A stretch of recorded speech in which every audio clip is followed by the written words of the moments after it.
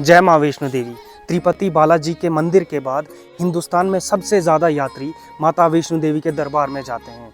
आज मैं आपको माता वैष्णो देवी के इतिहास के बारे में बताऊंगा। त्रेता युग में लोगों के दुख हरने के लिए और लोगों को धर्म की राह पर चलाने के लिए देवी सरस्वती, देवी लक्ष्मी और देवी महाकाली ने अपनी शक्ति को इकट्ठा करके एक कन्या को उत्पन्न किया। तो कन्या ने पूछा, मुझे क्यों बनाया? तो माता ने कहा, तुमको धरती पर रहकर धर्म को बढ़ाना है और लोगों के कष्ट मिटाने हैं। और माता ने उस कन्या को रत्नाकर के घर में जन्म लेने को कहा, जो सोत में रहता था। कुछ दिन के बाद रत्नाकर के घर में एक सुंदर सी कन्या का जन्म हुआ, जिसका नाम उन्होंने वैष्णवी रखा। कुछ सालों के बाद ही वैष्णवी ने घर के सुख सुविधा छोड़कर जंगल चली गई और तपस्या और ध्यान करने लगी। इसी बीच वैष्णवी भगवान रामचंद्र जी से भी मिली, जो 14 वर्ष के वनवास पर थे। तो माता ने रामचंद्र जी को भगवान विष्णु के अवतार में पहचान लिया और उनसे विवाह करने की प्रार्थना की। पर रामचंद्र जी ने कहा कि इस जन्म में उन्होंने एक पत्नी का वचन लिया है। पर वैष्णवी ना मानी तो रामचंद्र जी ने शर्त रखी। उन्होंने कहा कि लंका से लौटकर जब मैं दूसरी बार आऊँगा, अगर तुमने मुझे पहचान लिया तो मैं तुम्हारे साथ विवाह करूँगा। पर दूसरी बार भगवान राम माता वैष्णो के पास साधु रूप में आए, पर भगवान राम की माया के कारण माता वैष्णवी उन्हें पहचान ना पाई। तो वैष्णवी परेशान हो गई। तो रामचंद्र जी ने कहा, कलयुग में जब मेरा कल्कि अवतार होगा तब मैं तुम्हारे साथ विवाह करूंगा। और रामचंद्र जी ने उसे ध्यान करने के लिए त्रिकुटा पर्वत पर जाने को कहा और कहा कि हनुमान जी उनकी सेवा और रक्षा करेंगे। इसके बाद माता वैष्णो देवी कटरा में त्रिकुटा पर्वत पर चली गई और यहाँ ध्यान करने लगी।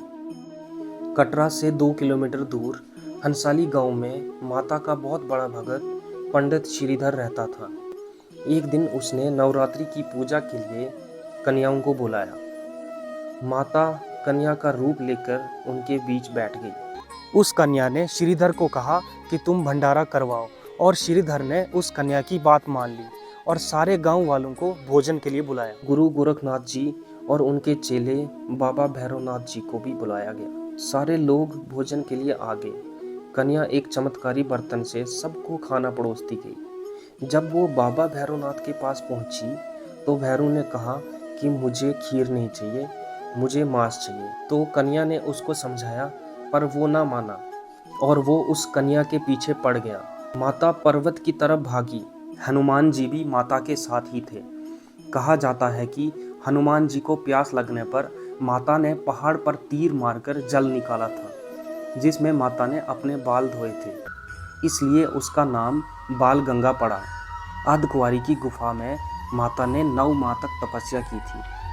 पर भैरव माता वैष्णो के पीछे पड़ा ही रहा, इसलिए माता गुफा की दूसरी तरफ से रास्ता बनाकर चली गई और ऊपर भवन तक भैरव पीछे ही पड़ा रहा। जहां भैरव का युद्ध हनुमान जी के साथ हुआ।